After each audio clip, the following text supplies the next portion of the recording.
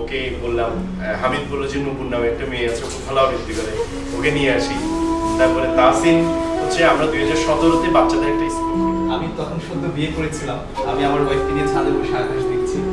রাশেদ ভাই আমাকে ফোন দিয়ে বললো যে আমরা তো সব ছেড়ে আবৃত্তি অঙ্কন আপনাকে চাই। তো আমি বললাম যে হ্যাঁ ওকে ফাইন, ঠিক আছে।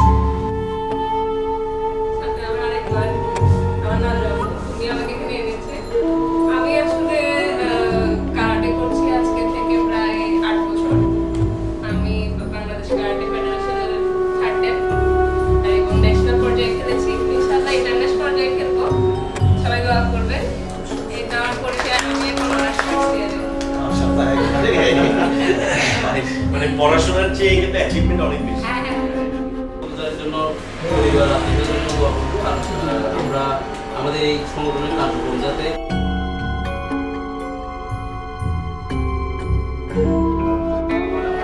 তুমি ওই মানুষের সঙ্গে মিশো না, যার থেকে তুমি কিছু শিখতে পারো।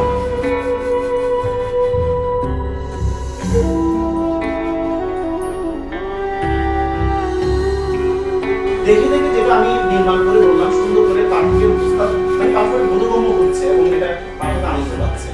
কিন্তু পাঠক আনন্দ পাওয়ার পরও যদি এটা আমি দেখে দেখে পাঠ করি, তাহলে এটা পাঠি, এটা আমি।